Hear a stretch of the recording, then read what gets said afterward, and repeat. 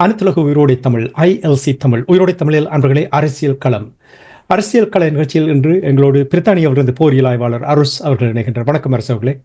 வணக்கம். அனைத்துலக உயிரோடை தமிழ் உறவுகளுக்கு அன்பு வணக்கம். இன்னொரு அரசியல் கள நிகழ்ச்சி இணைந்திருக்கிறோம். உங்களுக்கும் அன்பர்கள் சார்பாக வணக்கத்தை தெரிவித்துக் கொண்டு இன்று நாங்கள் இலங்கை தீவில் நடைபெறுகின்ற விடயங்களை பார்ப்போம்.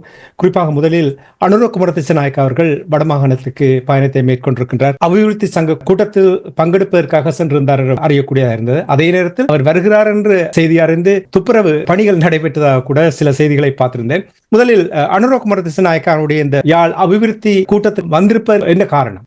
என்னென்று சொன்னால், ஒரே இலங்கை என்ற ஒரு கோட்பாட்டின் அடிப்படையில் வடக்கும் கிழக்கும் சிங்களவர்களுக்கும் சொந்தமானது என்ற ஒரு கோஷம்தான் ஏபிபியிடம் இருக்கின்றது. இலங்கையை கைப்பற்றுகின்ற எல்லோரும் வடக்கையும் கிழக்கையும் தாங்கள் ஆளுகிறோம் என்பதை காட்டுவது வளமை. உதாரணமாக உங்களுக்கு தெரியும், 2009 ஆண்டு போர் நிறைவு பெற்ற பின்னர் அமைச்சரவை கூட்டத்தை கிளிநொச்சியில் நடத்தியிருந்தார் மஹிந்த ராஜபக்ஷ, தென்னிலங்கையில் ஒரு இதை காட்டுவதற்கு. இப்ப உள்ளூராட்சி தேர்தல்களும் வரப்போகின்றது. எனவே அதுக்கும் ஒரு ஆதரவை திரட்டும் முகமாக அனுர குமார திசாநாயக்க யாழ்ப்பாணத்திலும் சென்று கூட்டங்களை நடத்தினார் என்ற ஒரு கருத்துருவாக்கத்தைக்காகத்தான் இது மேற்கொள்ளப்பட்டதாக கூறப்படுகின்றது. அதற்கு அப்பால் நீங்கள் பார்த்தீங்கன்னா, யாழ் மாவட்டத்தில் இருக்கின்ற மக்களுக்கான எந்த விதமான ஒரு குறைகளையும் அல்லது அவர்களின் தேவைகளையும் இதுவரையில் இலங்கை அரசு நிறைவேற்றியதாக இல்லை. உதாரணமாக மீன்பிடி பிரச்சனையாக இருக்கலாம், காணி அபகரிப்பாக இருக்கலாம், அரசியல் கைதிகளின் விடுவதையாக இருக்கலாம் என்று இவ்வாறு அடுக்கிக் கொண்டே போகலாம். பெருமளவானவை இருக்கின்றன. ஆனாலும் இந்த அபிவிருத்தி கூட்டத்துக்கு அவர் கலந்து கொண்டிருக்கிறார். ஆனால் அது அவ்வாறு கலந்து கொள்ள வந்த சமயம் அங்கு வேலை இல்லாத பட்டதாரிகள் நிறைய பேர் இருக்கிறார்கள். அவர்கள் ஒரு போராட்டத்தை நடத்தி இருக்கிறார்கள். ஆனால் அந்த போராட்டம் நடத்துவதற்கு முன்னர் அதனை நடத்த விடாமல் தடுப்பதற்கு ஸ்ரீலங்கா அரசு முயன்றது. அதாவது சுயேட்சை நாடாளுமன்ற உறுப்பினர் அர்ஜுனா ராமநாதன், வேலை இல்லாத பட்டதாரிகளின் சங்கத்தின் தலைவர் சசிகரன் உட்பட 5 எதிராக யாழ்ப்பாண காவல்துறை கைது செய்வதற்கு அல்லது தடை செய்வதற்கு நீதிமன்றத்தை அணுகியிருந்தது. ஆனால் அமைதியான பேரணிகளை தாங்கள் தடுக்க முடியாது என்று நீதிமன்றம் நிராகரித்திருந்தது. அதன் பிற்பாடு அனுர குமார திசாநாயக்க வந்த சமயம் அங்கு அதாவது எதிர்ப்பு போராட்டம் என்பதை விட ஒரு கவன ஈர்ப்பு போராட்டம் ஒன்று அங்கு மேற்கொள்ளப்பட்டிருந்தது. வேலை இல்லாத பட்டதாரிகள், யாழ் மாவட்டத்தைச் சேர்ந்தவர்கள். அதே போல அதாவது அந்த மக்களின் குறைகளை அரசு தீர்க்க வேண்டுமே தவிர நெடுக்க வாக்குறுதிகளை கொடுத்து கொண்டிருக்க முடியாது என்பதுதான் அர்ஜுனாவின் வாதமாகவும் இருந்தது. சில சமயங்களில் அவர் அந்த கூட்டத்தில் கேள்விகளை ஏறுமாறாக கேட்கலாம் என்பதால் அவரை கைது செய்வதற்கான நடவடிக்கையும் மேற்கொள்ளப்பட்டிருந்தது. இதை யார் இவர் என்று பார்ப்பதற்கு அப்பால் இந்த அரசை பொறுத்தவரையிலும் தன்னை எதிர்ப்பவர்களை ஏதாவது ஒரு வகையில் அடக்குவதற்கு மெல்ல மெல்ல முற்படுவதைத்தான் இதன் மூலம் பார்க்கக்கூடியதாக இருக்கின்றது. அதாவது அவர்கள் ஏன் போராடுகிறார்கள், என்னத்தை அவர்கள் கேள்விகளை கேட்பார்களா என்றால் அதுக்குரிய பதில்களை நீங்கள் சொல்லுங்கள். உங்களிடம் பதில் இல்லை என்பதற்காக அவர்களை கைது செய்வதோ அல்லது அடக்குவதோ என்பது மெல்ல மெல்ல நாங்கள் முன்னே ஆட்சி காலத்துக்கு செல்வதைத்தான் காட்டும். அனுர குமார திசாநாயக்க ஆட்சிக்கு வருவதற்கு முன்னதாகவும் பதவியேற்ற பின்பும் கூட எவ்வாறு அந்த ஒரே நாடு இன மத மொழி பேதமின்றி நாங்கள் இலங்கையர்களாக இருப்போம் என்று கூறினார். சிலர் வரவேற்றார்கள் என்ற செய்தி பேசியிருக்கிறோம். ஆனால் இங்கே நீங்கள் கூறிய ஒரு முக்கியமான விடயம் என்னவென்றால், பட்டதாரிகளுக்கு வேலை இல்லை என்றால் அவர்கள் கவனஈர்ப்பு போராட்டத்தை நடத்த வேண்டும். அதற்கு உரிய இடத்துக்கு அந்த விடயம் கொண்டு செல்லப்பட வேண்டும். கொண்டு செல்லப்படவில்லை என்றால் எவ்வாறு அனுர குமார திசாநாயக்க அவர்கள் பயணம் செய்யும் பொழுது அப்பொழுது தங்களுடைய பிரச்சனையை எடுத்து கூறுவது ஒரு ஜனநாயக வழியில் அது ஒரு சரியான ஒரு விடயம் தானே? இப்ப உண்மையாக நீங்கள் பார்த்தீர்கள் என்றால் இதுவரையில் அனுர குமார திசாநாயக்க அடக்குகின்ற ஒரு விதத்திலும் இதுவரையில் செயல்படவில்லை என்னை பொறுத்த மட்டில் பார்த்த அளவுக்கு. ஆனால் இங்கே உண்மையாக அந்த மக்களுக்காக அந்த நாட்டில் இன மத மொழி பேதமின்றி நாங்கள் செயற்படுவோம் என்றால் வடக்கு கிழக்கில் இருக்கிற பட்டதாரிகள், வேலையில்லாத பட்டதாரிகள், அவர்கள் எதிர்நோக்குகின்ற பிரச்சனைகளை கண்டறிவது, கேட்டறிவது அவருடைய பொறுப்பு. அவ்வாறு நீங்கள் பார்க்கவில்லையா? ஏன் அவ்வாறு நடந்து கொள்ளவில்லை? உண்மைதான். அதுதான் அங்க உள்ள பிரச்சனை. ஏனென்று சொன்னால் இப்ப சிங்கள தேசத்தில் இவ்வாறு இடம் பெற்றதா என்றால் இல்லை. ஆனால் வடக்கில் இவ்வாறு கைது செய்ய முற்பட்டது அல்லது அவர்களை அந்த போராட்டத்தை அடக்க முற்பட்டது என்பது ஒரு ஜனநாயக விரோதமாகத்தான் பார்க்கலாம். ஏனென்றால் நீதிமன்றமே காவல்துறையின் கோரிக்கையை நிராகரித்திருக்கின்றது. அமைதியான வழியில் அவர்கள் தங்கள் கோரிக்கைகளை முன்வைக்கலாம் என்பது முக்கியமானது ஒன்று. என்னென்று சொன்னால் நீங்கள் கூறியது போலதான் அனுரகுமார திசாநாயக்க அரசு வடக்கில் அபிவிருத்தி திட்டங்களை தடுப்பது யார் என்பதை கண்டறிய வேண்டும். அதை நிவர்த்தி செய்ய வேண்டும். முதலீடுகளை கொண்டு வர வேண்டும். இப்ப எல்லா பட்டதாரிகளுக்கும் அரச நிறுவனங்களில் பணி கொடுக்க முடியாது. இப்ப IMF நிபந்தனையும் அதுதான். ஏனென்று சொன்னால் நீங்கள் அளவுக்கு அதிகமாக பணிகளை கொடுப்பதால் அரசாங்கத்தை நடத்த முடியாத ஒரு நிலை. ஆனால் தனியார் முதலீடுகளை உருவாக்கி தனியார்களுக்கான தொழில்துறைகளை உருவாக்கி, உதாரணமாக பார்த்துக்கிறேன் என்றால் சிமெண்ட் ஃபேக்டரியாக இருக்கலாம், அல்லது பரந்தன் கெமிக்கல் தொழிற்சாலையாக இருக்கலாம், ஆடை உற்பத்தி நிலையமாக இருக்கலாம், பல்வேறு துறைகள் இருக்கின்றன.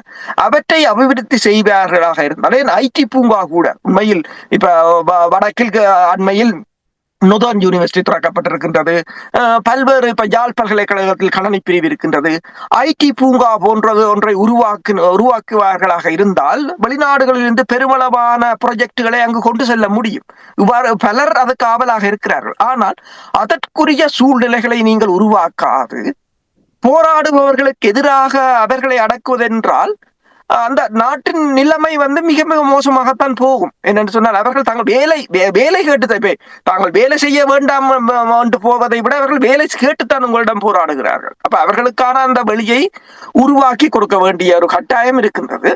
ஆனால் அதனை அடக்குவது என்பது இந்த அரசை பொறுத்தவரையில் ஏதோ தாங்கள் ஆளுகின்ற காலத்தில் மட்டும் தப்பி பிழைத்து விட்டு போவோம் என்ற ஒரு மனநிலையாகத்தான் பார்க்கலாம். அப்படி என்றால் நீங்கள் கூறுகின்ற விடயங்களை வைத்து பார்க்கும் பொழுது கடந்த காலங்களில் தமிழர்கள் படிக்கக்கூடாது என்று நிறைய தடைகளை கொண்டு வந்தார்கள். இப்பொழுது படித்துவிட்டு வேலை இல்லாமல் இருப்பவர்களுக்கு வேலை வேண்டும் என்று சுட்டி காட்டுவதை அதற்கு இப்பொழுது ஒரு தடை கொண்டு வரும் ஒரு திட்டமாகத்தான் இதை பார்க்கிறீர்களா? உங்களுக்கு தெரியும், கடந்த வாரம் கூட நாங்கள் உரையாடும் பொழுது கூறியிருந்தோம், இலங்கையில் குறிப்பாக வடக்கு கிழக்கில் படிக்கின்ற தமிழர்கள் அவர்கள் படித்து முடித்த பின்பு 2 வழிகள் தான் இருக்கின்றது. ஒன்று கொழும்பில் போய் வேலை செய்வது, இல்லை என்றால் வெளிநாடு செல்வது. அபிவிருத்தி செய்யவில்லை என்று சொன்னால் எவ்வாறு அந்த பட்டதாரிகள் இது இன்னொரு விதத்தில் அவர்களை படிக்க வேணாம் என்று ஊக்குவிக்க போகின்றது. அதாவது படிச்ச என்ன பிரயோசனம் இப்படித்தானே சொல்வார்கள். பாருங்கள், இங்கே சொல்வார்கள் இவ்வளவு காசை கொடுத்து பட்டதாரி பட்டத்தை எடுத்துவிட்டு கடைசியாக ஒரு லோனோடு தான் வந்திருக்க வேண்டிய நிலைமை இருக்கின்ற என்று கூறுவது போல் தொடர்ச்சியாக இவ்வாறான ஒரு நிலைமை ஏற்படுமாக இருந்தால் படிப்பதையும் நிறுத்தி விடுவார்கள். அப்ப இது திட்டமிட்டு செயற்படுவது போல் நீங்கள் பார்க்கிறீர்களா? உண்மைதான். இப்போது நாங்கள் கடந்த வாரம் கதைத்திருந்தோம் டீப்சீக் என்ற செயற்கை நுண்ணறிவை பற்றி. இப்ப சீனாவுக்கு ஏன் அதிக தொழில்நுட்பம் உள்ள சிப்ஸ்களை அனுப்பக்கூடாது என்றால் அவர்கள் வளர்ந்து விடுவார்கள் தொழில்நுட்பத்தில் என்று. அதே போன்ற ஒரு நிலைமைதான். அதாவது இனி வரும் காலங்களில் மேற்குலகம் ஒரு சட்டத்தை போடும், இந்த டெவலப் கண்ட்ரியில இருக்கிறவர்கள் 10ஆம் வகுப்புக்கு மேல் படிக்க கூடாது என்று போட்டாலும் ஆச்சரியப்படுவதற்கு இல்லை. அவ்வாறான ஒரு நிலை. ஏனென்று சொன்னால் தங்களை விட அதிக அளவில் தொழில்நுட்பத்தில் முன்னகரக்கூடாது என்பதற்கு தடையை போட்டுக்கொண்டு ஏதோ ஒரு வழியில் தடையை போட்டுக்கொண்டுதான் இருக்கிறார். அதே போன்றுதான் இதுவும் அதேதான். இப்ப அதாவது முதலில் நீங்கள் கூறியது போல கல்வி தடைகளை தரப்படுத்தல்களை கொண்டு வந்தார்கள். இப்போது நீங்கள் பார்த்தீர்கள் என்று சொன்னால் படித்த பிற்பாடு வேலை இல்லை என்று சொன்னால் யார் படிக்க போகிறார்கள் என்ற ஒரு சிக்கல் இருக்கு. எனவேதான் இந்த யாழ் பல்கலைக்கழகங்களை நீங்கள் பல்கலைக்கழகத்தை பார்த்தீங்கன்னா இப்போது 60% மாணவர்கள் சிங்கள மாணவர்கள், தமிழ் மாணவர்கள் அந்த படிப்பில் இருக்கின்ற ஆர்வமும் அவர்களுக்கு குறைந்து விட்டதாகத்தான் பார்க்கப்படுகிறது. அண்மையில் ஒருவர் என்னிடம் கேட்டார், இந்த போர் முடிந்து 15 வருடங்களாகி போய்விட்டது, ஆனால் இன்னும் ஏன் தமிழ் மக்கள் கொழும்பில் வாழும் தமிழ் மக்கள் ஏன் யாழ்ப்பாணத்தில் வாழ்வதற்கு தயங்குகிறார்கள்? ஏன் அந்த வசதிகள் இன்னும் யாழ்ப்பாணத்தில் இப்ப கொழும்பை போல ஒரு வசதிகள் இருக்கும் என்றால் யாழ்ப்பாணத்திலும் மக்கள் ஏன் தென்னிலங்கையில் போல் வாழ போகிறார்கள்? தமிழ் மக்கள் ஏன் தமிழ் மக்களின் வீதாசாரம் குறைய போகிறது? அந்த வளத்தில் கூட சிந்திப்பதில்லை. ஏனென்று சொன்னால் அவ்வாறான ஒரு நிலையைத்தான் அங்கு உருவாக்கி வைத்திருக்கிறார்கள். யாழ் மாவட்டத்திலும் கிழக்கு மாகாணத்திலும் ஏனென்று சொன்னால் வெளிநாடுகளில் இருந்து நேரடியாக உதாரணமாக பார்த்தீங்கன்னு சொன்னால் கிழக்கில் சீனா ஒரு அதாவது கிழக்கின்ற மண் மண் மாதிரிகளையும், அங்கு பயன்படுத்தப்படும் கிருமி நாசினிகளையும், அங்கு பயன்படுத்தப்படுகின்ற உர வகைகளையும் தரம் படுத்தி பரிசோதனை செய்து அதனை உலக தரத்துக்கு கொண்டு வந்து அதனை விற்பனை செய்வது, உற்பத்தி செய்வது தொடர்பான ஒரு ஆய்வுகூடம், ISO ஸ்டாண்டர்டோட ஒரு ஆய்வுகூடத்தை அமைப்பதற்கு முன்வந்திருந்தது. அதை தடுத்து நிறுத்திவிட்டார்கள். அது முன் வந்திருந்தால் ஏராளமானவர்களுக்கு வேலை கிடைத்திருக்கும். வெளிநாடுகளுக்கு ஏற்றுமதி செய்ய முடியும், வெளிநாடுகளிலிருந்து இறக்குமதி செய்ய முடியும். அந்த அதற்கு வடக்கு கிழக்கு மண் வளத்தை, விவசாயத்தை அபிவிருத்தி செய்திருக்க முடியும். ஆனால் அதை நிறுத்திவிட்டார்கள். அப்ப இவ்வாறு நிறுத்துவது என்பது அப்படி ஒரு தொழிற்பேட்டைகள் அமைக்கப்படுமாக இருந்தால் அந்த தொழில் நிறுவனங்களை சார்ந்து மக்கள் குடியேறுவார்கள், வருவார்கள், அதில் வேலை செய்வார்கள் என்று சொல்லி ஒரு அபிவிருத்தி மெல்ல மெல்ல மேல் நோக்கி வந்திருக்கும். ஆனால் அந்த நிலைமையை இலங்கை அரசு ஏற்படுத்த தடையை போட்டுக் கொண்டுதான் இருக்கின்றது. இந்த விடயத்தை கையெடுத்து செயல்படுத்தினாலே அந்த நாட்டில் அரவாசி பிரச்சனை குறைந்துவிடும். என்றால் உங்களுக்கு படிப்பும் வேலையும் தான் முக்கியம்.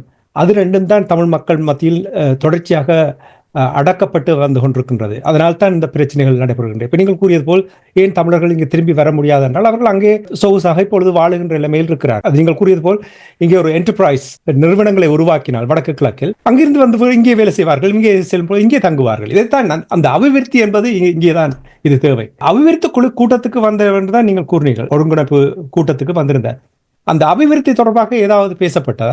கூட்டம் தொடர்பாக அவர் வந்தது என்னென்று சொன்னால், இந்த எதிர்வரும் உள்ளூராட்சி தேர்தலில் யாழ்ப்பாணத்தில் மேலும் அதிகளவான ஆதரவுகளை பெற வேண்டும் என்று. ஏனென்றால் அவர்களுக்கு மிகப்பெரிய ஒரு பாய்ச்சலாக இருந்தது. ஏனென்று சொன்னால் ஒன்று வந்து அரசு தலைவர் தேர்தலுக்கும் நாடாளுமன்ற தேர்தலையும் ஒப்பிடும் போது மிகப்பெரிய ஒரு மாற்றம். அப்ப இனி நாடாளுமன்ற தேர்தலையும் உள்ளூராட்சி சபை தேர்தலையும் ஒப்பிடும் போது அதில் ஒரு மிகப்பெரிய மாற்றத்தை கொண்டு வர வேண்டும் என்று. ஆனால் இதுவரையில் என்ன பேசினார் என்று இன்னும் வெளிவரவில்லை. ஆனால் என்ன வாக்குறுதிகளை கொடுக்க போகிறார் என்றால், யாழ் மாவட்டத்தை பொறுத்தவரையில் பெருமளவான அபிவிருத்தி பணிகள் எதுக்குமே, அதாவது போஸ்ட் ஓர் கன்ஸ்ட்ரக்ஷன் என்று சொல்றது, காசா பகுதியில் கூட இப்போது ஆரம்பிக்க யோசிக்கிறார்கள். ஆனால் 15 வருடம் கடந்தும் அந்த இடம் அப்படியே தான் இருக்கின்றது. அது தொடர்பாக யாரும் சிந்திக்கவில்லை. அது தொடர்பாக ஏதும் பேசினாரா என்று இன்னும் தெரியவில்லை. சில சமயங்களில் ஒரு நாங்கள் செல்லும் என்ன கதைத்தார்கள் என்று அறிவதற்கு.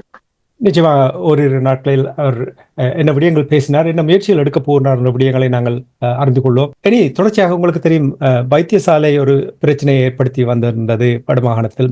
இனி குறிப்பாக எந்த வைத்தியசாலையை எடுத்து பார்த்தீர்களாலும் அங்கே நிச்சயமாக பணி சுமை அதிகமாக இருக்கும். என்றால் தொழில் புரிவோருடைய வைத்தியர்களாக இருக்கட்டும், தாதியர்களாக இருக்கட்டும், அவர்களுடைய தொகை குறைவாக இருக்கும். அப்பொழுது பணி சுமையாக இருக்கும். நோயாளிகள் வரும்பொழுது அவர்களை சரியான கவனிக்க முடியாத ஒரு நிலைமை தான் இருந்தது. ஆனால் இப்பொழுது கூறுகிறார்கள் என்றால், இப்ப சாவேச்சேரி போன்ற வைத்தியசாலையை அபிவிருத்தி செய்தால் யாழ்ப்பாணத்துக்கு வருகின்ற சுமையை குறைக்கலாம் என்று கூறுகிறார்கள். இந்த திட்டம் தொடர்பாக இது என்ன பேசப்படுகிறது, இந்த காரணத்துக்காக இப்பொழுது பேசுகிறார்கள்? ஏனென்றால் அண்மையில் பருத்தித்துறையில் வந்து வட மாகாணத்துக்கு ஒதுக்கப்பட்ட 10 மில்லியன் ரூபாய்கள் நிதி உதவியில் ஒரு குழந்தைகளுக்கான அவசர சிகிச்சை பிரிவு ஒன்றை திறந்து வைத்திருந்தார்கள். அதில் பேசும்போதுதான் யாழ் பிராந்திய சுகாதார சேவைகள் பணிப்பாளர் கேதீஸ்வரன் கூறியிருந்தார், இதே போன்று சாவச்சேரி வைத்தியசாலையையும் அபிவிருத்தி செய்தால் அல்லது அதுக்கான வசதிகளை ஏற்படுத்தி கொடுத்தால் மக்கள் வந்து யாழ் வைத்தியசாலைக்கு அதிக அளவில் வந்து யாழ் வைத்தியசாலையின் பணிச்சுமை வந்து குறையும் என்று. உண்மையில் பார்த்தீங்கன்னு சொன்னால் இந்த தள வைத்தியசாலைகள் சாவச்சேரி வைத்தியசாலையாக இருக்கலாம், அங்கு கூட பல கட்டில்கள் புதிதாக பக்கெட் உடைக்காமல் அப்படியே கிடக்கிற நேரத்தில் யாழ் வைத்தியசாலையில் கொரிடோர்களில் சீமெந்து தரைகளில் நோயாளர்கள் படுத்திருக்கிறார்கள் என்று கூறினார்கள். இப்ப இங்க நீங்கள் பார்த்தீர்கள் சொன்னால், இப்ப நான் இருக்கிற பிரதேசம் கென்ட், இங்க இருந்து நாங்கள் வருத்தம் பண்றோம்னா லண்டனுக்கு ஓடுறேல, ஏன்னா எல்லா வசதியும் இங்கே இருக்குது. அந்தந்த பிராந்தியத்தில் இருக்கிற NHS வைத்தியசாலையில் லண்டன்ல என்ன வசதி இருக்கோ அதே வசதி இங்கேயும் இருக்கின்றது.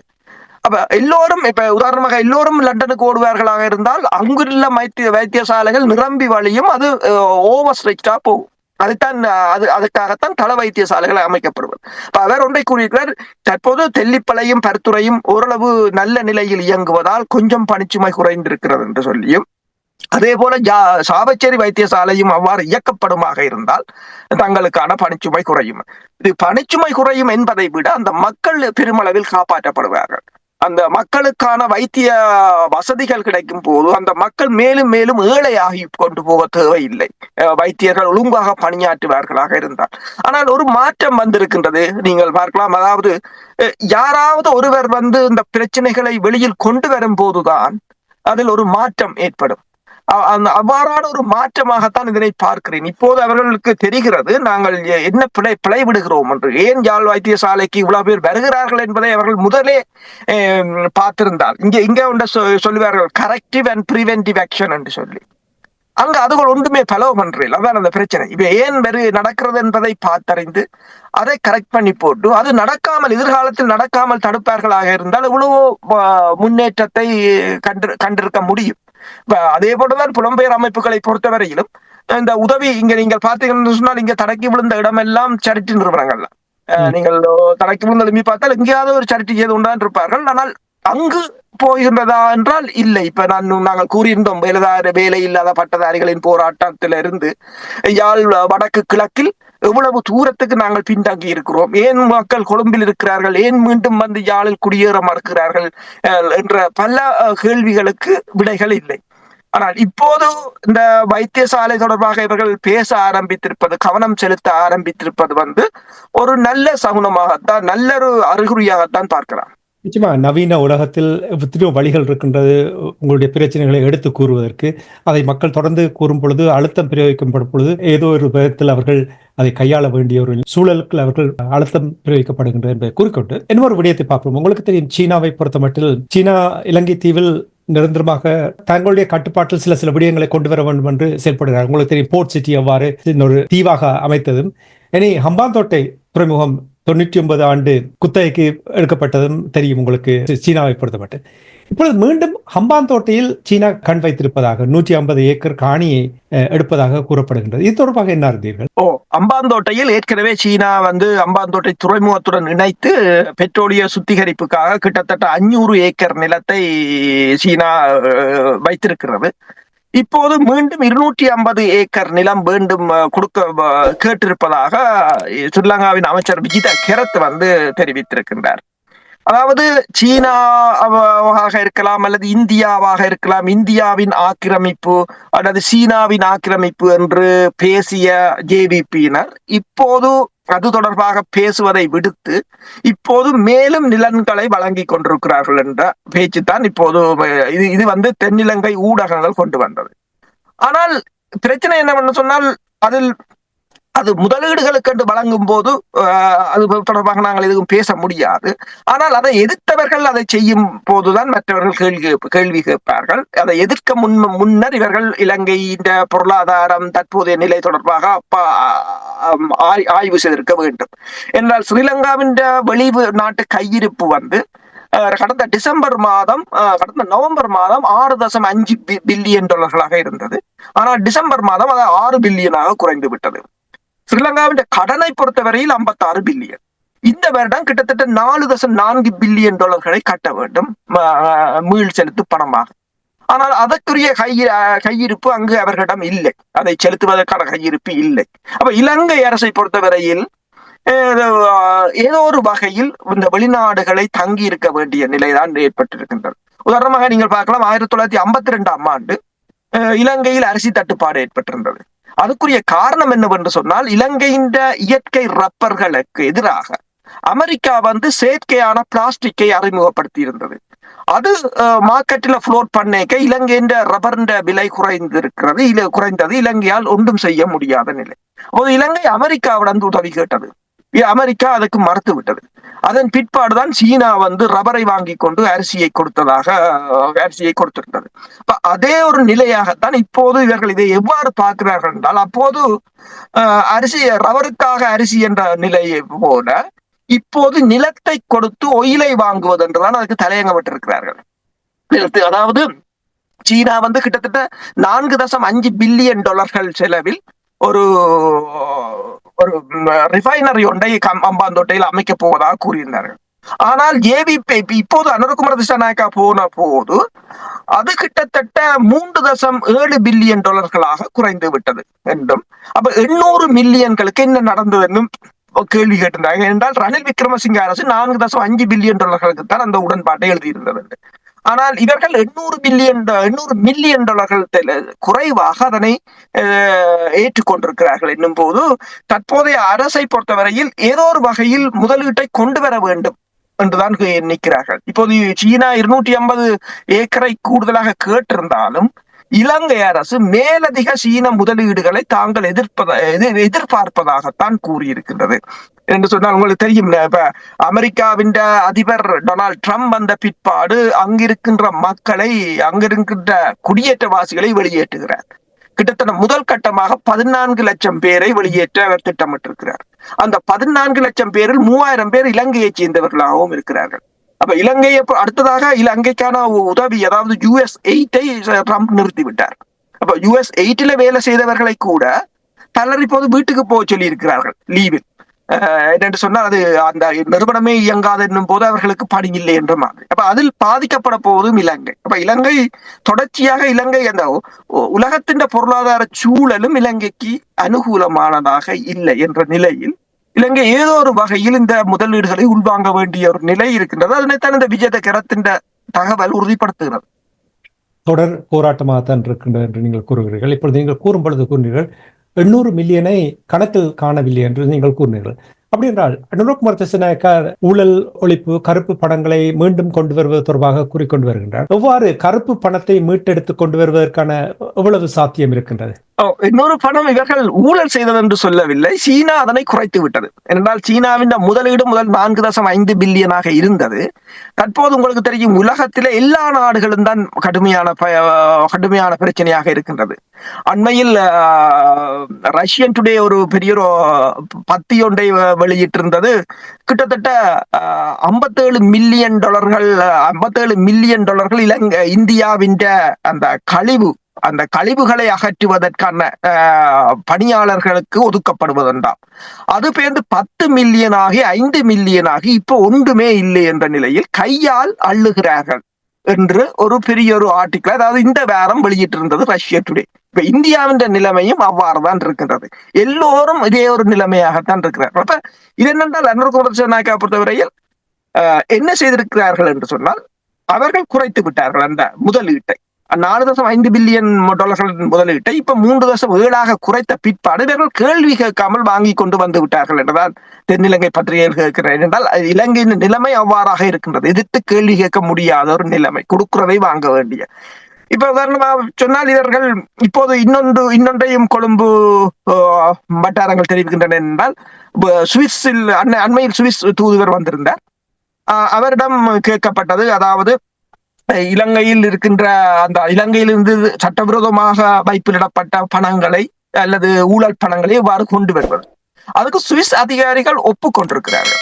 ஆனால் பிரச்சனை என்னவென்று சொன்னால், சுவிஸ் ஓம் என்று தான் சொல்லும், அதனை கொண்டு வருவதில் கடுமையான சிக்கல் இருக்கிறது. உதாரணமாக ஒன்றை கூறுகிறார்கள் என்றால், இலங்கையின் கருப்பு பணம் 36 பில்லியன் வெளியில இருக்கின்றது. இலங்கையின் பொருளாதாரம் 85 பில்லியன், கிட்டத்தட்ட இலங்கையின் பொருளாதாரத்தின் 1/3 பங்கு வெளியில இருக்கிறது கருப்பு பணமாக. ஆனால் அதை கொண்டு வரலாமா என்றால் அது கடுமையான ஒரு கேள்விக்குரிய விடயம். ஏனென்று சொன்னால், இப்ப பாத்தீங்கன்னு சொன்னால், பாகிஸ்தான் கருப்பு பணம் 150 பில்லியன், பங்களாதேஷின் கருப்பு பணம் 150 பில்லியன், இந்தியாண்ட 1 ட்ரில்லியன் சுவிஸ் பேங்குகள்ல இருக்கு. ஆனால் இப்ப பிரித்தானியா ஒன்றை செய்திருக்கிறது.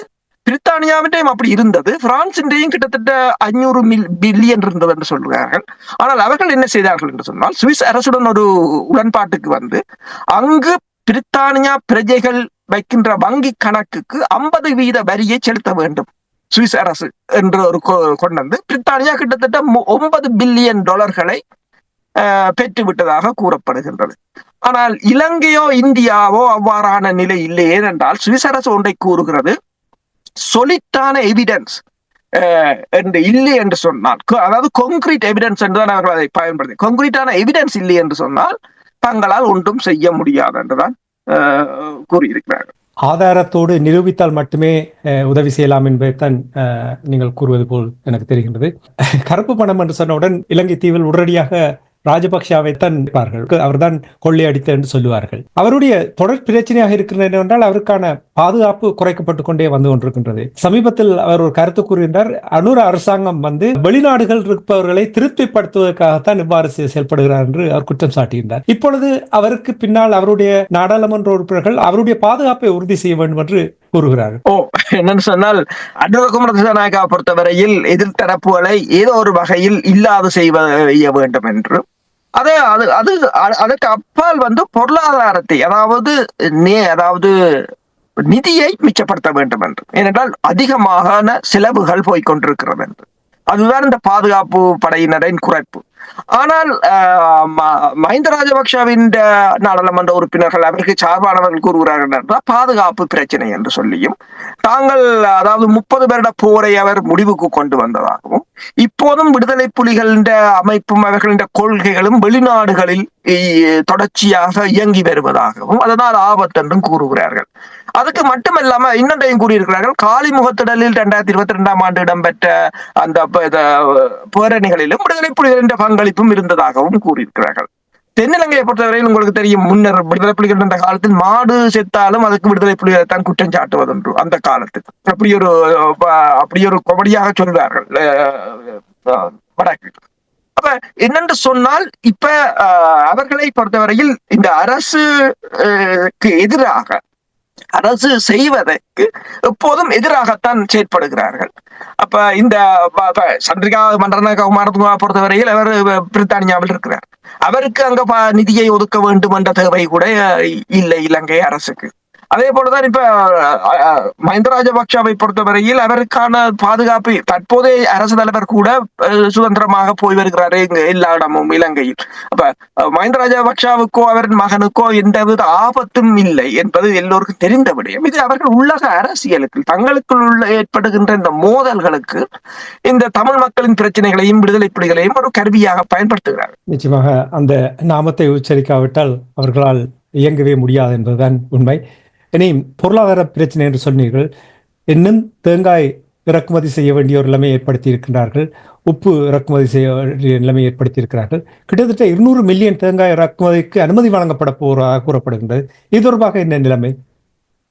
இன்னும் அந்த நிலைமை, அதாவது இலங்கையின் உணவு தட்டுப்பாடு ஒரு சீருக்கு வந்ததாக இல்லை.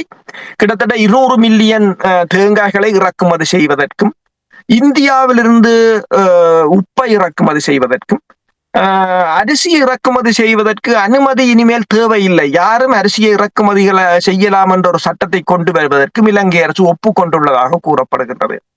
இலங்கையை பொறுத்தவரையில் உண்மையில் ஒன்று தேங்காய்க்கு உள்ள பிரச்சனை என்னவென்று சொன்னால், கடந்த வருடம் இலங்கையை கடுமையாக இந்த வெள்ளை பூச்சிகளின் தாக்கம் அதிகமாக இருந்து பல தென்னை மரங்கள், பெருமளவான தென்னை மரங்கள் அழிவை சந்தித்திருந்தன. அப்ப சொல்கிறார்கள் 2023 ஆண்டு 3 பில்லியன் தேங்காய்களை உற்பத்தி செய்த இலங்கை கடந்த வருடம் 2.6 பில்லியன்களை தான் உற்பத்தி செய்திருக்கின்றது. என்னும் போது மிகப்பெரிய ஒரு வீழ்ச்சியாகத்தான் இருக்கிறது. கிட்டத்தட்ட 400 மில்லியன் அல்லது 500 பில்லியன் தேங்காய்களுக்கான தட்டுப்பாடு இருக்கின்றது. 500 மில்லியன் தேங்காய்கள் குறைவாகத்தான் இருக்கின்றது. ஆனால் அரிசியை பொறுத்தவரையிலும் அவ்வாறான ஒரு நிலைமைதான். ஆனால் இதற்கான முக்கிய காரணம் என்னென்று சொல்கிறார்கள் என்று சொன்னால், ரஷ்யா அண்மையில் இந்த இலங்கைக்கு பசலைகளை, அதாவது ஃபெர்டிலைசரை ஃப்ரீயாக வழங்கியிருந்தது. காசும் வாங்கவில்லை, அவர்கள் ஃப்ரீயாகத்தான் கொடுத்திருந்தார்கள். அவ்வாறு வருகின்ற உதவிகளை எல்லாம் ஒரு உயர் தொழில்நுட்பத்துடன் பயன்படுத்துவதற்கு அல்லது அந்த விவசாயத்தை அபிவிருத்தி செய்வதற்கோ உள்ள நிலங்களை அபிவிருத்தி செய்து அதில் தங்களுக்கு ஏற்ற அளவான உணவுகளை உற்பத்தி செய்வதற்கான தொழில்நுட்பத்தையோ அல்லது அதற்கான முயற்சிகளையோ இலங்கை எடுக்கவில்லை என்று. இப்ப யாழ் மாவட்ட வன்னியை நீங்கள் பாருங்கள், கிட்டத்தட்ட 100க்கும் மேற்பட்ட குளங்கள் இருக்கின்றன. இப்போதும் கூறினார்கள், ஏன் இந்த வன்னிக்கு தம்புள்ளையில் இருந்து மரக்கறி வர வேண்டும் என்று. 100க்கும் மேற்பட்ட குளங்கள் இருக்கின்றன. அதே போல நீங்க பார்த்தீங்கன்னு சொன்னால், வன்னி இரண்டமடு குளத்தில் இருந்த தண்ணி இப்போது மழை காலம் கூடியதால், மழை அதிகம் பெய்வதால் கடலுக்கு திறந்து விடப்படுவதாக, வான்கதவுகள் திறந்து விடப்படுவதாக அங்கத்து கிராமங்கள் அழிவதாக தான் கூறுகிறார்கள். ஆனால் அதே தண்ணியை வடக்குக்கு வழங்குவதற்கு அரசியல்வாதிகளுக்கு விருப்பமும் இல்லை. அதனை அரசியல் மயப்படுத்தி கொண்டிருக்கிறார்கள். அப்ப எல்லாம் ஒரு அரசியல் மயப்படுத்தப்பட்டதே தவிர அந்த மக்களின்டையும் அந்த நாட்டின்டையும் அபிவிருத்தி தொடர்பாக யாரும் பெரிதாக வேலை செய்யவில்லை அல்லது அதை இப்ப அந்த பணியை நிறைவேற்றவில்லை என்பதுதான் இந்த அனர்த்தங்களுக்கான முக்கிய காரணம். சரி, இன்னும் ஒரு கேள்வி. அதாவது இப்ப நீங்கள் ஆரம்பத்தில் கூறினீர்கள் அனுரகுமார திசாநாயக்கானுடைய வடமாகாணம் பயணம் தொடர்பாக கூறினீர்கள், அபிவிருத்தி தொடர்பாக அந்த கூட்டத்துக்கு வந்தார் என்ற விடயங்கள் கூறினீர்கள். உங்களுக்கு தெரியும், தேர்தல் நடந்த பொழுது தமிழ் மக்கள் அதிருப்தியில் இருந்தார்கள். அதாவது தமிழ் அரசியல்வாதிகளுடைய செயல்பாடுகள் தொடர்பாக அதிருப்தியில் இருந்தார்கள். எங்களுக்கு இடையில் ஒற்றுமை இல்லை என்ற விடயங்களை இருப்பவர்கள் எந்தொன்றும் செய்வதும் இல்லை, இருக்கிற ஒரு சிலர் அரசாங்கத்தோடு சேர்ந்து செயல்படுபவர்கள் ஊழலும் என்று தங்களுடைய எதிர்ப்பை வெளிப்படுத்தும் வகையில் அனுரகுமார திசாநாயக்கானுடைய பிரதிநிதிகளுக்கு வாக்களித்தார்கள்.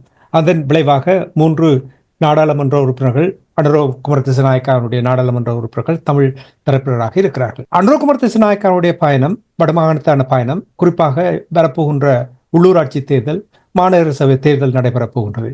அதிலும் கூட பாரிய வெற்றியை பெற வேண்டும் என்ற ஒரு நோக்கத்தோடு தான் இங்கே அனுரகுமார திசாநாயக்கா வடமாகாணத்து பயணத்தை மேற்கொண்டிருக்கிறார் என்று சில ஆய்வாளர்கள் கூறுகிறார்கள்.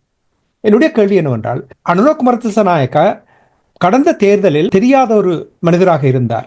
அப்போ ஒரு நம்பிக்கையோடு மக்கள், சரி இவர் ஒரு புதுவிதமாக இருக்கிறார், புதுசாக பேசுகிறார், வித்தியாசமாக பேசுகிறார், இவருக்கு நாங்கள் ஒரு சந்தர்ப்பத்தை கொடுத்து பார்க்கலாம் தானே என்று சொல்லி மக்கள் சிலர் எதிர்ப்பு வாக்கை அளித்தார்கள் அனுரகுமார திசாநாயக்காவுக்கு. கிட்டத்தட்ட நான் நினைக்கிறேன் ஒரு 60-70 நாட்களாகிவிட்டது அனுரகுமார திசாநாயக்கானுடைய பதவி காலம் அவர் ஆரம்பித்து பதவியை நடத்தி கொண்டிருக்கிற நேரத்தில் தமிழ் மக்கள் எதிர்பார்த்த திருப்தியை அனுரகுமார திசாநாயக்கா கொடுத்திருக்கிறாரா?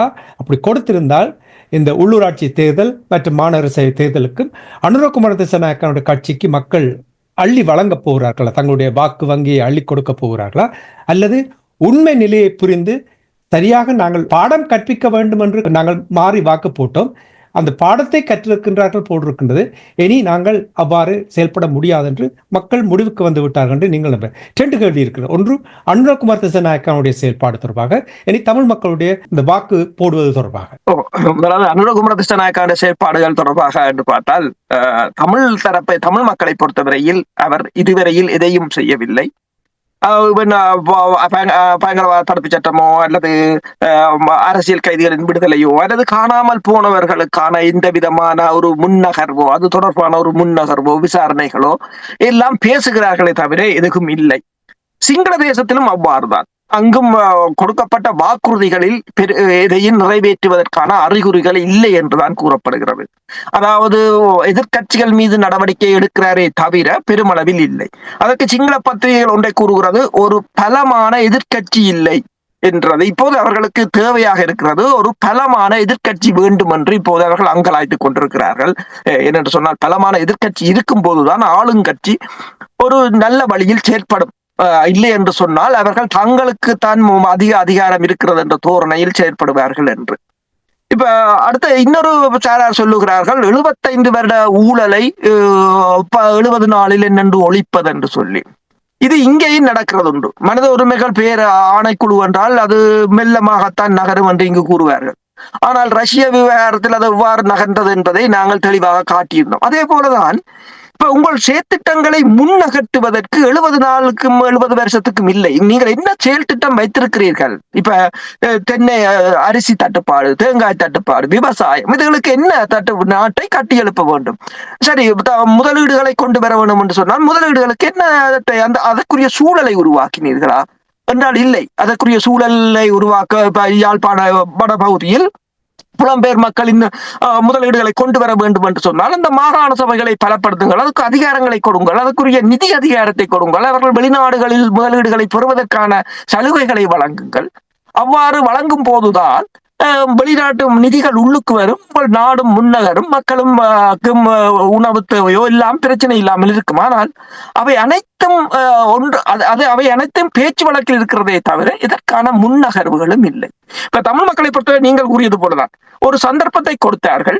இப்ப இதில் சிங்கள மக்களை நாங்கள் விட்டு விடுவோம். தமிழ் மக்களை பொறுத்தவரையில் ஒரு சந்தர்ப்பத்தை கொடுத்தார்கள். ஆனால் அதற்கு அவர்களுக்கு கொடுக்க வேண்டிய 2 பிரச்சனை இருந்த தமிழ் மக்களுக்கு. ஒன்று, இலங்கை அரசில் ஒரு மாற்றத்தை ஏற்படுத்தும். 2வது, தமிழ் அரசியல்வாதிகள் விட்ட பிழை. தமிழ் அரசியல்வாதிகளால் தமிழ் மக்களிடம் செல்ல முடியவில்லை என்பதுதான். அண்மையில் கூட சுயேட்சை வேட்பாளர் கூறியிருந்தார். அவர் தன்னை கூறினார்களாம், தான் போகும் இடமெல்லாம் பிரச்சனை என்று தானாம் தனக்கு கூறுவார். அவர் சொன்னார், நான் பிரச்சனை உள்ள இடத்துக்கு தாண்டா போறேன், அதைத்தான் நான் கேட்க போறேன். இப்ப ஏன் அப்படி ஏனைய தமிழ் அரசியல் கட்சிகள் நீங்கள் மக்களிட பிரச்சனை, இப்ப ரவிகரன் ஓரளவு கூடுதலாக கலைக்கிறார், இப்ப பெருமளவில் கலைக்கிறார். இப்ப மீனவர் பிரச்சனை அண்மையில் கூட உங்களுக்கு தெரியும், இந்திய மீனவர்கள் மீது துப்பாக்கி சூடு நடத்தப்பட்டது. அப்ப துப்பாக்கி சூடு நடத்தப்பட்டது எவ்வாறு கூறுகிறார்கள் என்று சொன்னால், அனுரகுமார திசாநாயக்காவின் யாழ் பயணத்துக்கு முன்னர் ஒரு நம்பிக்கையை ஏற்படுத்துவதற்காக, தாங்கள் அதில் ஒரு நடவடிக்கை எடுக்கிறோம் என்பதை ஏற்படுத்துவதற்காக தாங்கள் அதனை மேற்கொண்டதாக, இலங்கை அரசு அதனை மேற்கொண்டதாகத்தான் கூறுகிறார்கள். ஆனால் அது இலங்கையில் மட்டுமல்லாது,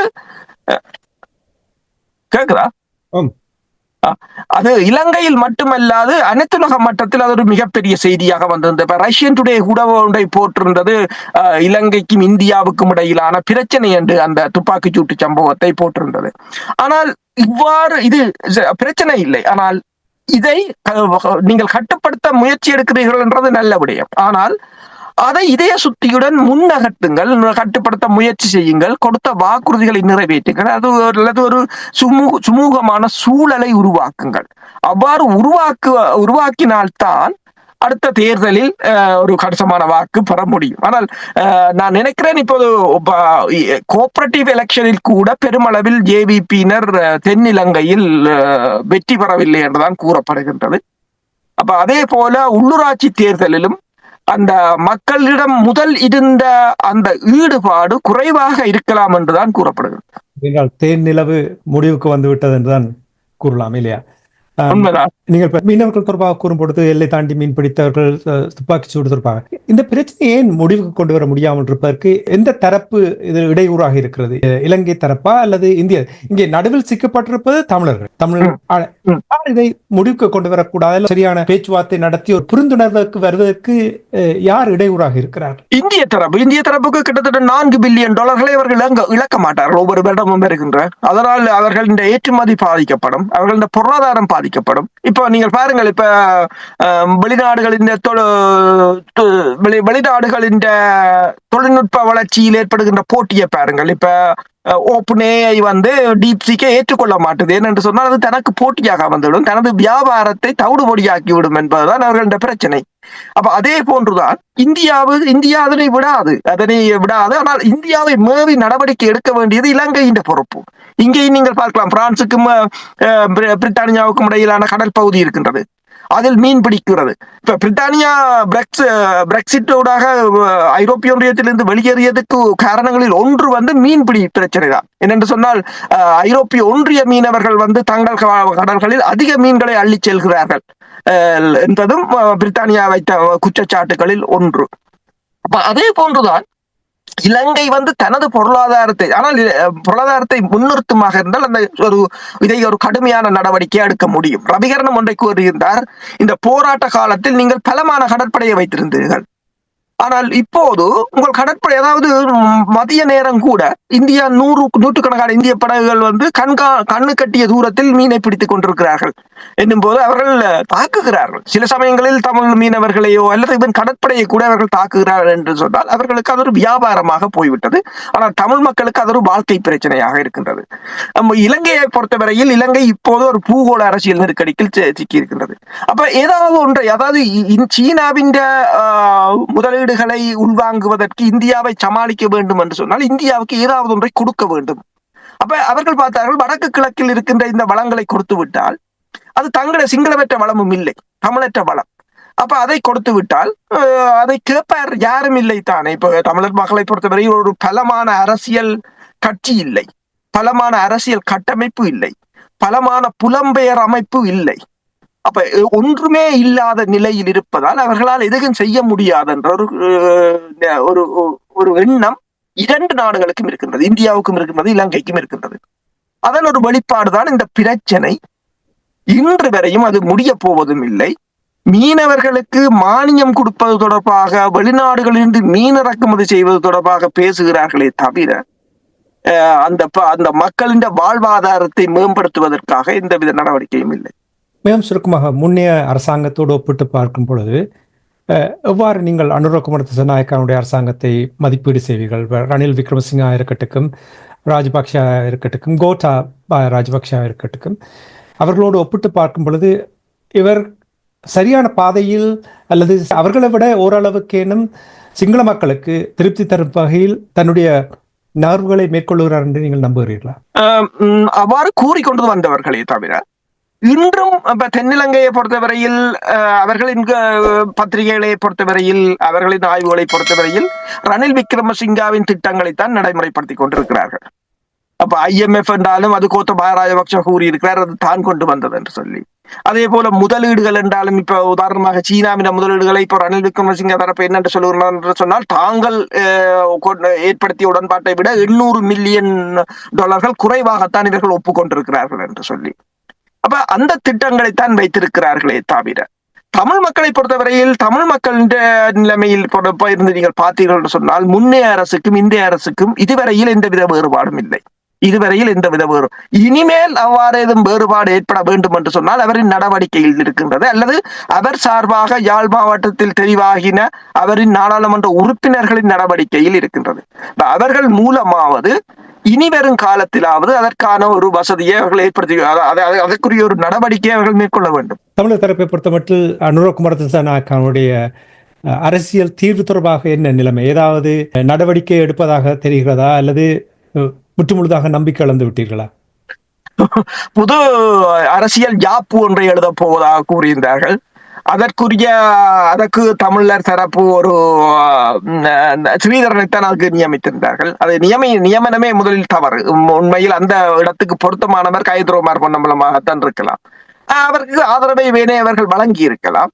சரி, அப்ப அதில் இப்ப கயன்ரோமார் பொன்னம்பலமும் இணைந்து செயற்படுகிறார் என்பதால் சரி. ஆனால் அது தொடர்பாக அரசியல்வாதிகள் மட்டுமல்ல, பல்கலைக்கழகங்களோ அல்லது வேறு துறைசார் நிபுணர்களோ உள்வாங்கப்பட்டு நாங்கள் இலங்கை அரசு ஒரு ஜாப்பை எங்களுக்கு எழுதி தரும் என்று பார்ப்பதை விட நாங்கள் இதுதான் எங்களுக்கு வேண்டும் என்று எழுதி கொடுக்க வேண்டிய ஒரு நிலையில் இருக்க வேண்டும் என்றுதான் நாங்கள் கதைத்திருந்தோம் முதலும். ஆனால் அவ்வாறு ஒரு குழு அமைக்கப்பட்டதாக கூறினார்களே தவிர அதுக்கு என்ன நடந்தது என்றும் தெரியவில்லை. அனுரகுமார திசாநாயக்கா அரசும் புதிய ஜாப்பை எப்போது எழுதப் போகிறது என்று தெரியவில்லை. என்றால் அவர்கள் இப்போது அவர்களுக்குள்ள பிரச்சனை என்னவென்று சொன்னால், இப்போது அடிப்படை பிரச்சனைகளை தீர்ப்பதிலேயே மிகப்பெரிய ஒரு சிக்கல்களை சந்தித்துக் கொண்டிருக்கிறார்கள். உலகத்தில் நீங்க பாத்தீங்கன்னா இந்த வருடம் ஆரம்பித்ததே மிகப்பெரிய ஒரு இழுபறியான நிலையாகத்தான் இருக்கிறது. அமெரிக்காவின் அதிபர் பதவியேற்ற பிற்பாடு அமெரிக்காவில் இடம்பெறுகின்ற சம்பவங்கள், பங்கு சந்தையில் ஏற்படுகின்ற சம்பவங்கள் எல்லாம் உலகத்தின் பொருளாதாரத்துக்கு பெரிய அளவில் நன்மையாக பார்க்க கூடியதாக இல்லை. அது இந்த ஏனைய நாடுகளையும் பாதித்துக் கொண்டுதான் இருக்கின்றது. அதில் இலங்கையும் முக்கியமாகத்தான் இருக்கின்றது. உண்மைதான், பூகோள அரசியல் பாரிய மாற்றங்கள் ஏற்பட்டுக் கொண்டிருக்கின்றது. அதற்கு இலங்கையும் சிக்கி இருக்கின்றது என்பதில் எந்த மாற்று கருத்தும் இல்லை. நன்றி. அரசியல் கள நிகழ்ச்சியில் இணைந்து இலங்கை தீவில் நடைபெறுகின்ற விடயங்களை உயிரோடை தமிழ் உறவுகளுக்கு உங்களுடைய கருத்துக்களை பகிர்ந்து கொண்டமைக்காக அன்பர்கள் சார்பாக நன்றியை கூறிக்கொண்டு மீண்டும் இன்னும் ஒரு நிகழ்ச்சியில் இணைந்திருப்போம். அதுவரைக்கும் நன்றி, வணக்கம். அரசர்களே நன்றி, வணக்கம். எமது பார்வையாளர்களுக்கு வணக்கம். மக்களின் குரலாய் ஓங்கி ஒலிக்கும் இலக்கு மின்னிதழ் மற்றும் உயிரோடை தமிழ் வானொலி ஆகிய இவ்விரு ஊடகங்களும் உங்களைப் போன்ற எமது நேயர்கள் நண்பர்களின் ஆதரவிலேயே இயங்கி வருகின்றன. மிக குறைந்த வளங்களுடன் பல இடர்கள் மற்றும் தடைகளை தாண்டி பயணிக்கும் எமது ஊடகங்களின் பணிகள் மேலும் வளர உங்களால் முடிந்த நிதியுதவியை வழங்கி இன்னும் காத்திரமான செயற்பாடுகளை முன்னெடுக்க உதவுமாறு மிகவும் பணிவன்புடன் வேண்டி நிற்கின்றோம். உங்கள் பங்களிப்பு உங்களின் உரிமை குரலாய் ஓங்கி ஒலிக்கும். நன்றி.